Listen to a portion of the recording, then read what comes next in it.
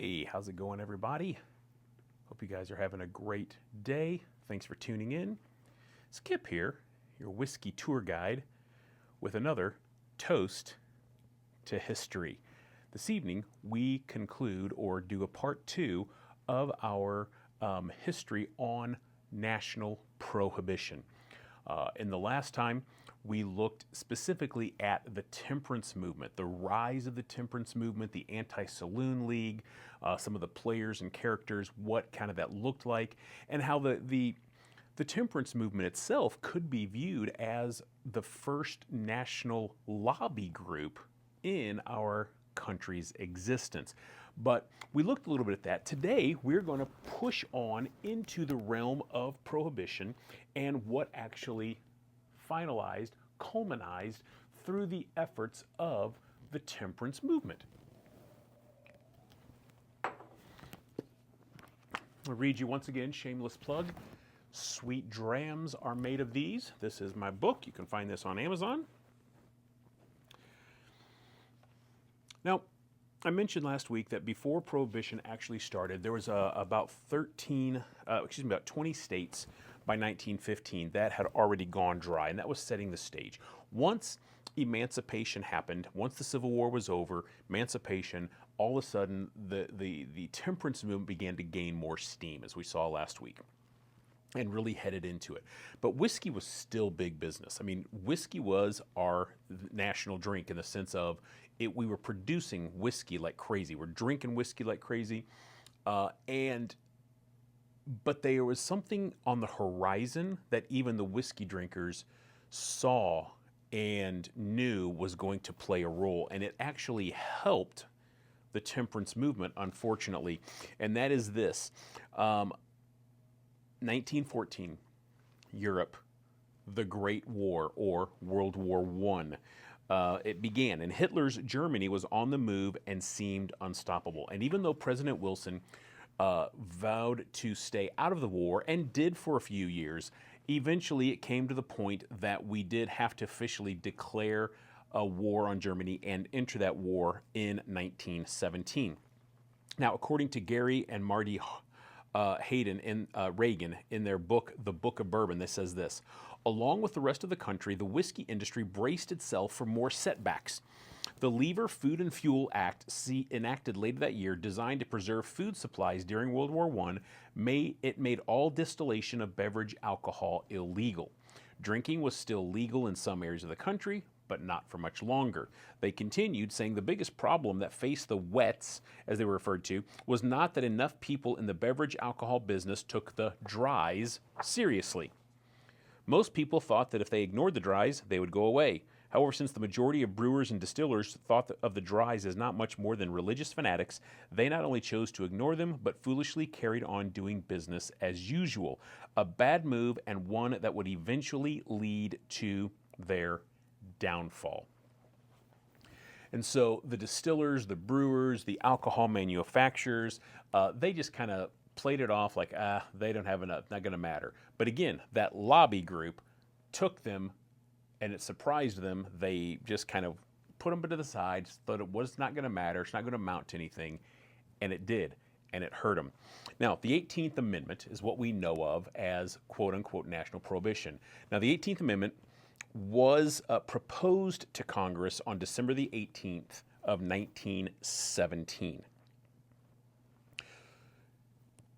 Now, for that to happen, for the amendment to pass, it has to pass Congress, then be ratified by 3/5 of the states.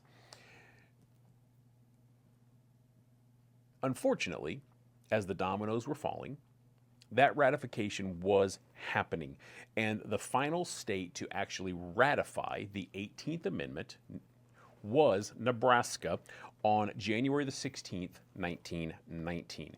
Now, the 18th Amendment, the prohibition of alcohol, has now passed. Now, I will say this, but it had to have verbiage. Part of the 18th Amendment included that it needed some verbiage to define how this prohibition was going to work.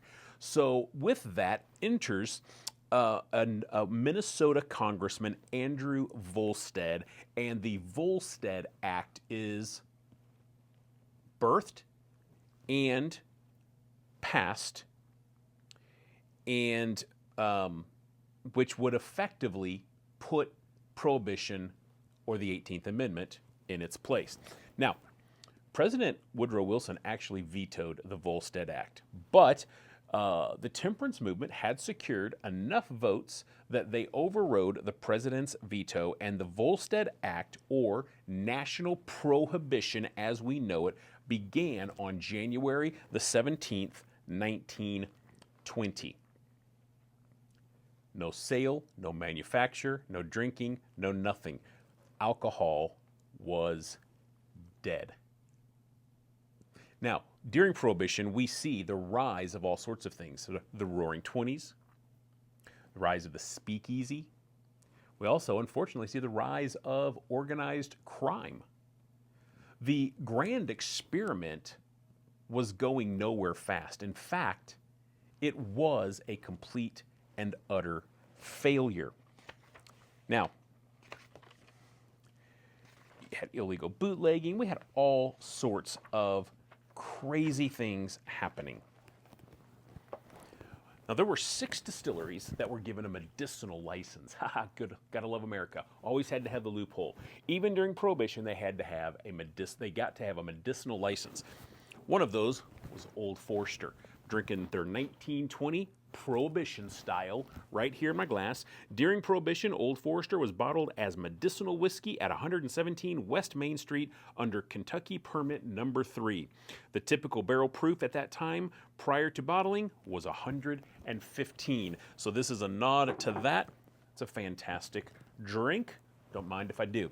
Now, those distillers were able to make the whiskey, still produce it. They sold it to the pharmacy. Then you could go to your doctor, and your doctor could write you a prescription for a pint of whiskey every 10 days for every member of your family for whatever ails you. Sounds like good times. So lots of people were sick during Prohibition. Now, Prohibition did last an excruciatingly long 13 years. Finally, in February of 1933, Congress proposed the 21st Amendment. The 21st Amendment was passed and then had to be ratified, but all of that took place in about 7 or 8 months. Prohibition finally ends with the passage and the ratification of the 21st Amendment on December the 5th, 1933.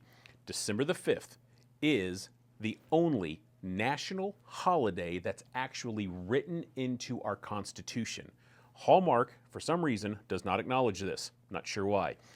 But it is written into the 21st Amendment that December the 5th shall always be held as Repeal Day.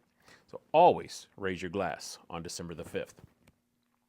13 long years, all sorts of crime, criminal activity, organized crime, the rise of the Al Capones, the George Remuses, the Lucky Lucianos, all sorts of things, speakeasies, all sorts of things produced because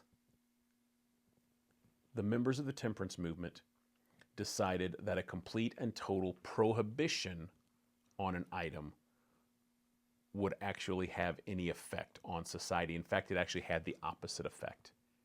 Because when you prohibit something and you tell somebody they can't, it becomes the object of their obsession. Prohibition was a complete and utter failure. Now, once Prohibition ended in 1933, there were some of those distillers that were ready to bounce on it. They knew it was coming, but they still couldn't produce until that day. But they were behind the 8 ball, because to get this good aged stuff, to get that red liquor, they could produce on day 1, but they had to then age it. And so the build back took a few years, but we recovered. We recovered well, all the way up to the Bourbon Depression, which we did talk about in a previous Toast to History. So those are my thoughts this evening. Hope you guys have a great evening as we wrap up the realm of national prohibition. Thankfully, that day is far behind us. So let's drink to that. Cheers. We'll see you next time.